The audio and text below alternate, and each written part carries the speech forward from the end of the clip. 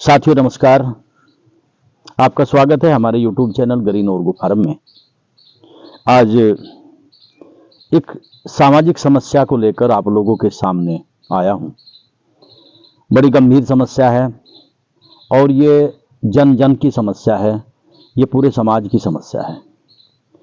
आज समाज अपने मूल आधार से कटता जा रहा है।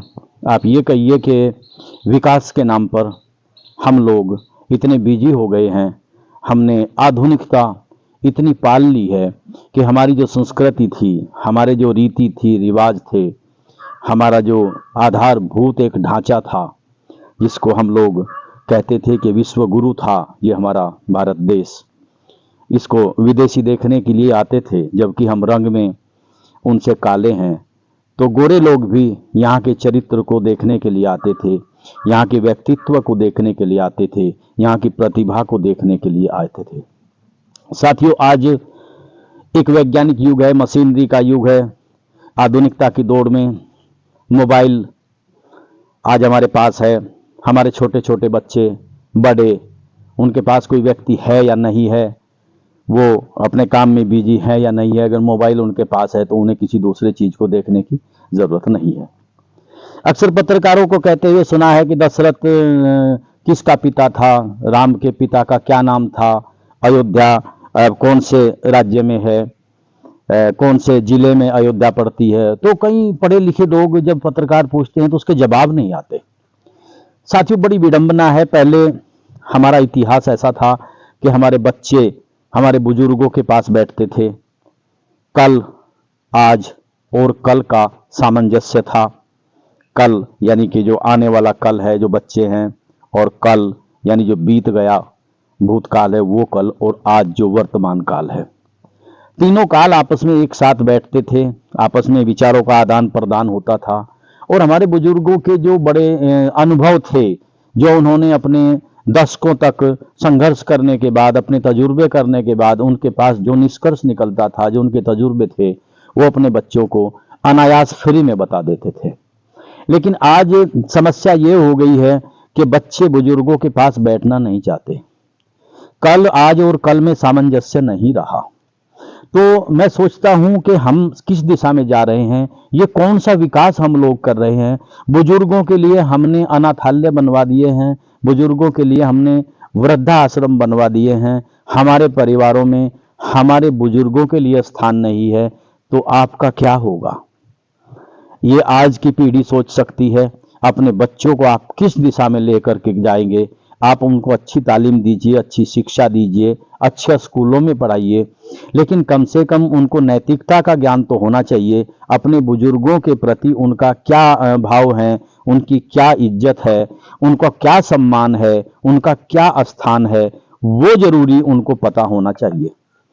जिन बुजुर्गों ने हमें अपनी गोद में पाला, जो बुजुर्ग अपने बच्चों को अपनी गोद में पाल देते हैं, क्या वजह है कि वही बुजुर्ग बाद में जाकर के इतने असहाय हो जाते हैं और इतने फालतू हो जाते हैं कि परिवार उनको रखने के लिए तैयार नहीं होता। बड़ी भारी विडंबना है।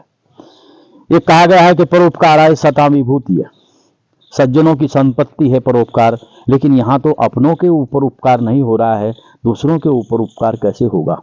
अभी मैं एक लेख पढ़ रहा था, जया बच्चन का शायद लेख था, तो उसमें बड़ा करुण, दिल को छूने वाला लेख है। तो उस लेख में कहा गया है कि बुजुर्गों को गोली मार देनी चाहिए, इससे अच्छा है जो हालात फिलहाल हैं। यानी कि इतने बदतर हालात बुजुर्गों के लिए हो चुके हैं कि अब उनको क्या है, इंश्योरेंस बुजुर्ग का नहीं हो सकता, गाड़ी वो नहीं चला सकते, ड्राइविंग लाइसेंस उनका रिन्यूअल नहीं हो सकता, कोई नौकरी उनको नहीं मिल सकती, कोई ट्रेनिंग उनको नहीं मिल सकती। तो यानी कि वो आगे बढ़ने का कोई भी काम, एक वृद्धावस्था पेंशन है, वो भी सब लोगों के लिए नहीं है, उसमें भी कुछ मान्यताएं हैं, कुछ शर्तें हैं, कुछ सीमाएं हैं उसकी, उसमें उसको बांध दिया गया है। जबकि वास्तविकता में वृद्धावस्था में आदमी को काफी सहयोग की जरूरत पड़ती है, पैसे की जरूरत पड़ती है, और उसी वक्त में उसकी तरफ से सब हाथ खींच लिए जाते हैं। तो लेख में कहा गया था कि इससे अच्छा तो इन बुजुर्गों को कहीं ले जाकर के गोली मरवा दीजिए, मार दीजिए इनको, तिल तिल मरने से अच्छा है। जबकि वो हमारे आदर्श थे, आज महापुरुषों की वजह से इस देश का नाम है, महापुरुषों का देश इसको कहा जाता है। हम यहाँ पर उत्तर प्रदेश में रहते हैं, हमारे पास में संतों की भूमि उत्तराखंड है, हिमाचल प्रदेश है। ये ऐसी भूमि है जो महात्माओं की, मनीषियों की भूमि है, ऋषियों की भूमि है, मंदिरों की भूमि है। आज राम में पूरा देश रहा, रामलला अब विद्यमान हुए अयोध्या में, लेकिन आज यहाँ पर खड़े होकर चिंतन करने की जरूरत है, आज सोचने की जरूरत है, भाई हम लोग समाज को किस दिशा में लेकर के जाना चाहते हैं, किस दिशा में लेकर के जाएंगे। मोबाइल आप लोग रखिए, लेकिन कम से कम ऐसी व्यवस्था आपके परिवार के अंदर होनी चाहिए जो अपने बच्चों को बिठा करके, तीसरी पीढ़ी का नाम आपके बच्चे को अपने बुजुर्गों का मालूम नहीं है, महापुरुषों के नाम की तो बहुत दूर की चर्चा है। जिस समाज का, जिस देश का इतिहास गायब हो जाता है, उसकी पूरी संस्कृति बर्बाद हो जाती है और वो ऐसा राही बन जाता है जिसको अपनी मंजिल का कोई पता नहीं है। साथियों, आज हर होड़ लगी हुई है पैसा कमाओ, पैसा कमाओ। पैसा बहुत कुछ है, लेकिन सब कुछ नहीं है। एक सिद्धांत है, एक आदर्श है, एक नैतिकता है, परोपकार की एक संपत्ति है। और एक श्लोक में कहा गया है कि विद्या विवादाय धनम मदाय शक्ति परेशान पर पीड़नाय खलस्य साधु विपरीतम एतत् ज्ञानाय दानाय च रक्षणाय। संतों की विद्या दूसरों को देने के लिए होती है, उनकी भलाई के लिए होती है, उनका बल दूसरों की रक्षा के लिए होता है। विद्या उनकी दूसरों को दान करने के लिए होती है कि जो विद्या जितनी दान की जाती है उतनी बढ़ती है। इसके विपरीत में खलस्य साधु विपरीतम एतत्, जो दुष्ट हैं उनकी विद्या विवाद के लिए होती है, धन दूसरों को पीड़ित करने के लिए होता है, दूसरों को परेशान करने के लिए होता है, शक्ति दूसरों को परेशान करने के लिए होती है। तो साथियों, ये हमारा एक चरित्र था जिसको विदेशी देखने के लिए यहाँ आते थे, यहाँ का एक व्यक्तित्व था। तो आज समस्या इस चीज की है कि हमारा व्यक्तित्व आज बह रहा है, हमारा व्यक्तित्व आज बर्बाद हो रहा है और हमारा जो समाज है अपने मूल से, जो कि बुजुर्ग हमारी मूल होते थे, जड़ होते थे, उस जड़ से अलग हो रहा है। और जो पौधा जड़ से अलग हो जाता है उसके अस्तित्व के बारे में, उसके भविष्य के बारे में सही तरीके से कोई कुछ कल्पना नहीं कर सकता, ना ही साकार रूप में कुछ कह सकता है। साथियों, आज जागने की जरूरत है। वास्तविकता में उन लोगों का जिनके लिए आपने वृद्धाश्रम बनाए हैं, उनकी जगह आपके बीच में है, आपके समाज में है, उनको आप बेकार मत होने दीजिए। उनको उनके पास बैठिए, उनसे विचारों का आदान प्रदान कीजिए, उनके अनुभवों को आप लोग सीखिए।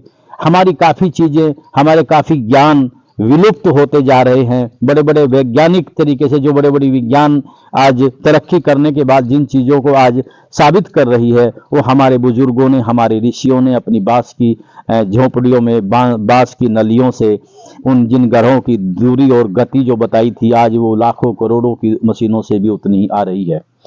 साथियों, ये एक चिंतन का विषय है। तो वो लेख इतना झकझोर कर मुझे कर गया कि मैंने सोचा कि इस पर एक वीडियो बनाई जाए। भाई, बुजुर्गों को आखिर आप लोग इतना हेय क्यों समझते हैं, एक समाज से काट क्यों देते हैं?